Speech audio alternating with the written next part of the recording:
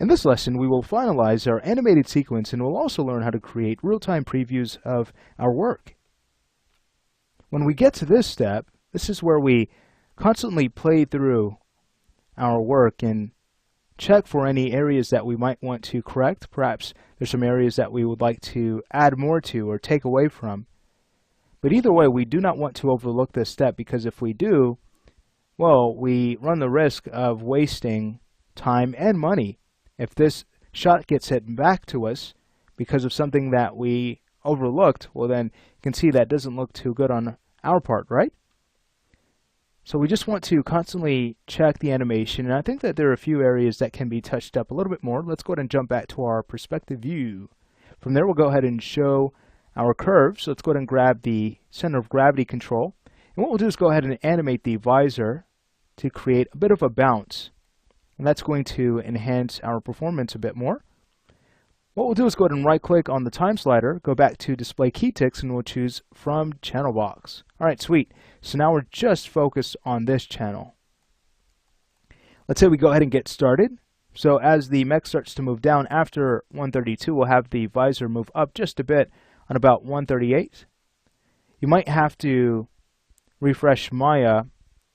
That happens at times with custom channels. You'll notice that when we start to scrub, alright, now we can start to see that channel in motion, and it looks like it needs to move in the opposite direction. So I'll go ahead and bring up the visor by actually dropping that value just a bit to about 0.1. Alright, sweet, and now we can have it fall a few frames after. Let's think about weight here. So on about 145, we'll go ahead and have it drop just a bit. And then that should gradually come to a stop. Let's say on 153, we'll go ahead and bring it up just a bit. And then, let's say on about frame 161, we'll go ahead and have it fall just slightly. Just a bit. And that might be too much. So let's say we jump to our graph editor and take a look at the visor's keys. We'll go ahead and press the F key. So again, this should gradually come to a stop, right? Let's say we go ahead and take this key on 161. We'll hold down shift and we'll drag down with our middle mouse button a little bit more. Let's do the same thing for 145. We'll go ahead and bring that down. It shouldn't be as low as the key on 161, but it should be lower than the key on 132. Fantastic. And we could also bring up the key on 153 just slightly. Alright, cool. Let's go ahead and take a look. So there's a slight bounce. Let's go ahead and add one more to kind of finish that up. So on about frame 170, we'll go ahead and bring up the visor just a bit, not much. And then we'll go ahead and take these last few keys and just kind of delete them because we don't need them at that point. Alright, cool. Let's go ahead and hit play. And there's our bounce. How cool was that? Wonderful. I might go ahead and speed up this key on 170 just by a few frames, maybe setting it to about 168. Great.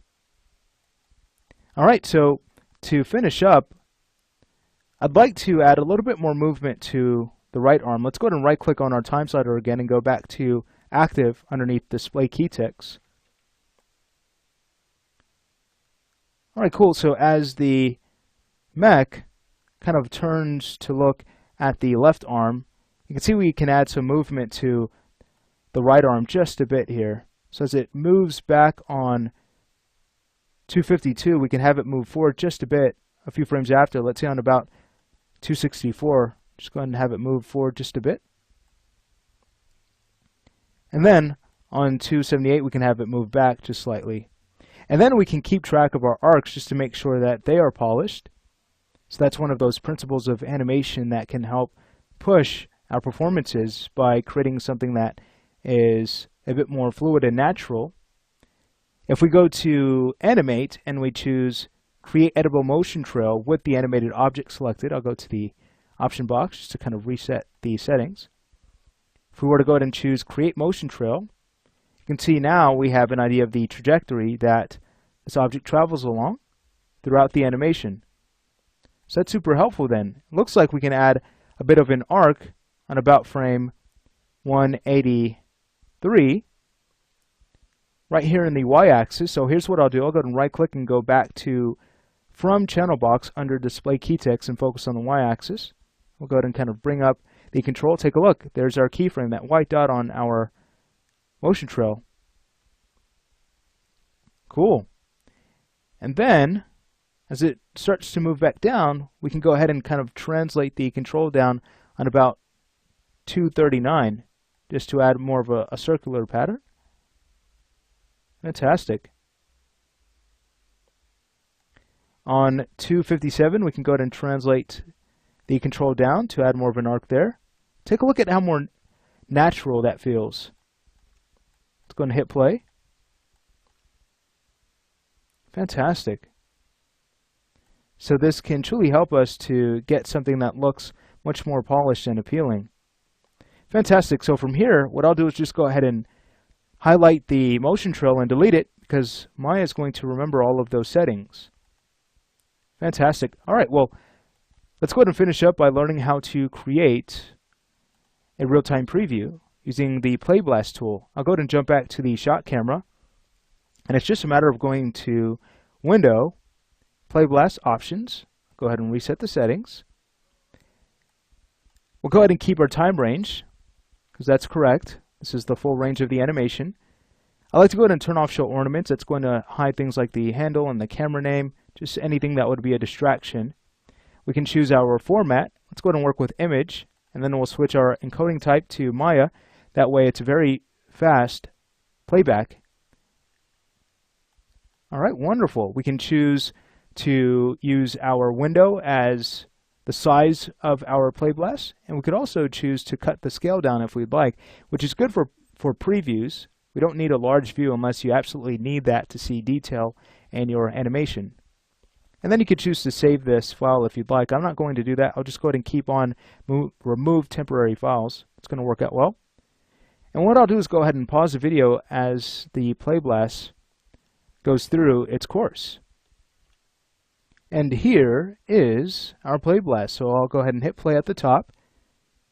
You can see how when we use the image option, we work with the F-check window, which is cool because we could actually draw and make notes on our frames this way. So if we were to go ahead and pause the animation by clicking on the play button again, or if we hit the space bar, we can use that to toggle the play and pause mode. But now we can go ahead and stop on a frame, and we can now right click to create notes. So this note says squiggly, and it happens on frame 226. So now as we start to play through this, when we get back to 226, you'll notice that note. So it should come up shortly. And then I'll go ahead and show you how to clear the note out. So again, once that comes up, you can see how it kind of flashes. There we go. We have a note that we can leave for artists. And then when we're ready, we can go to File and choose Revert to clear that up. If we want, we could also increase or decrease our frame rate at the top here, but we did decide on 24 frames per second, so this looks good. Fantastic. So in this lesson, we've learned how to create Play Blasts, which are real-time previews to double-check our work. We've also learned about editable motion trails and how they can be used to enhance our arcs for realism. Now that we have finished with this exercise, it's now time to add some really cool particles to our scene to enhance the look and feel of this animation. So that is what we will do beginning in the next lesson.